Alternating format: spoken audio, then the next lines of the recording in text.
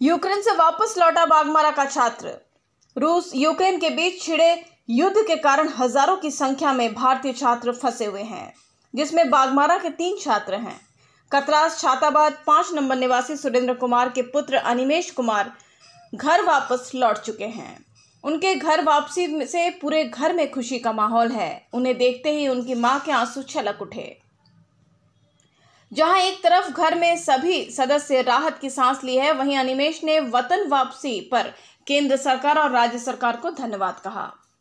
इस दौरान अनिमेश ने यूक्रेन की परिस्थितियों के बारे में आपबीती भी सुनाई। साथ ही कहा कि यूक्रेन में हालात काफी खराब है। हम लोग 40 से 50 किलोमीटर पैदल चलकर भारतीय दूतावास पहुंचे थे। इस बीच करीब 1.5-2 किलोमीटर दूरी पर बमबाजी और गोलीबारी हो रही थी। अनिमेश ने बताया कि यूक्रेन के सैनिक भारतीयों से नाराज भी दिख रहे थे। कभी कभी इन पर उग्र होकर मारपीट भी कर देते थे। वहीं अनिमेश ने यह भी कहा कि हालात सुधर जाने के बाद अपनी पढ़ाई पूरी करने फिर यूक्रेन जाऊंगा। हमें जो सामना करना पड़ा, यूक्रेनियन बॉर्डर, जो रोमानिया बॉर्डर थी, सीरत बॉर्डर, यूक्रेनियन रोमानियन बॉर्डर, वहाँ पे बहुत ज़्यादा तकलीफ झेलना पड़ा।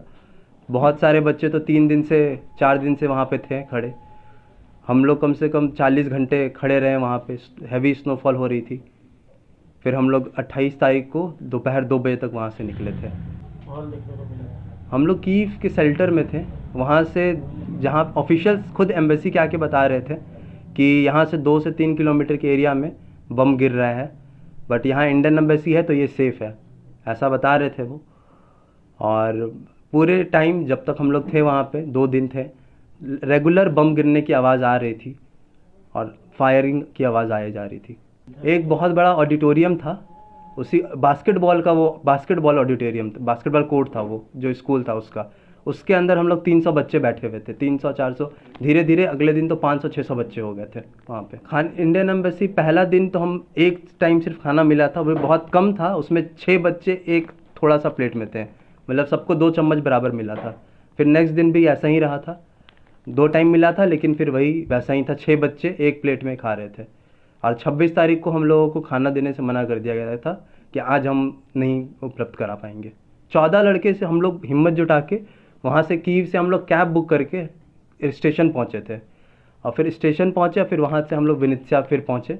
और विनित्सिया में हमारे जो कॉन्ट्रैक्टर थे, जो एडमिशन करवाए थे, उन्होंने बस कराया था, वहाँ से फिर हम लोग निकले। और फिर उसी दिन, जिस दिन हम लोग सुबह निकल गए थे 26 तारीख को 11-12 बजे ही, फिर इंडियन एम्बेसी ने भी 2 ट्रक करा और जितने भी बच्चे थे सारे बच्चों को निकाला। और 4:50 में जो ट्रेन थी चन्नीवित्सी के लिए, उन्होंने वो ट्रेन में एक बच्चे भी उन्होंने बैठने नहीं दिए, क्योंकि वो ट्रेन पहले से बुक थी। फिर बहुत ज़्यादा पैनिक क्रिएट हो गया था बच्चों के बीच में। फिर बच्चे फिर वापस से इंडियन एम्बेसी को कॉल कर रहे थे, फिर वो कॉल भी रिसीव नहीं कर रहे थे।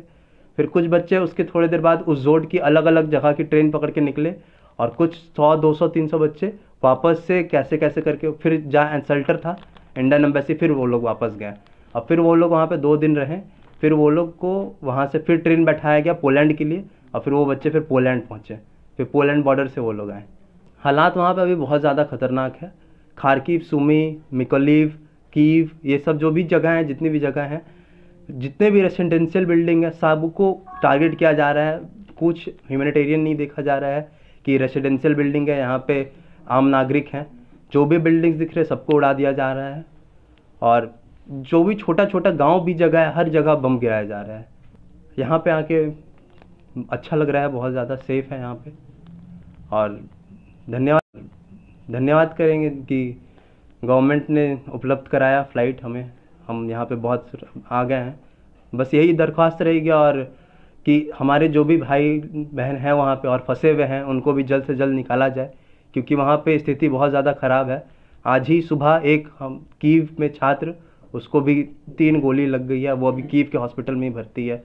और एक जो भाई है उसका पहले ही जान जा चुका है, वो कर्नाटका के थे। बच्चे को मेन बोला जा रहा है कि आप बॉर्डर पे आए, फिर बॉर्डर से हम निकालेंगे आपको। जब तक बॉर्डर पे आना उनके हाथ में है। अब बीच में पैदल चल के वो, जैसे हम खुद 10 किलोमीटर पहले पैदल चले गए, लेकिन जो सुमी में बच्चे फंसे हैं वहाँ पे लगातार बम गिरे जा रहे हैं। वो लोग इस हालत में नहीं है कि वो लोग जा सके। तो बॉर्डर तक जाना ही मेन बहुत बड़ा टास्क है। तो कुछ किया जाए, बच्चों को वहाँ से निकाला जाए, नहीं तो बच्चे वहाँ से कैसे आएंगे।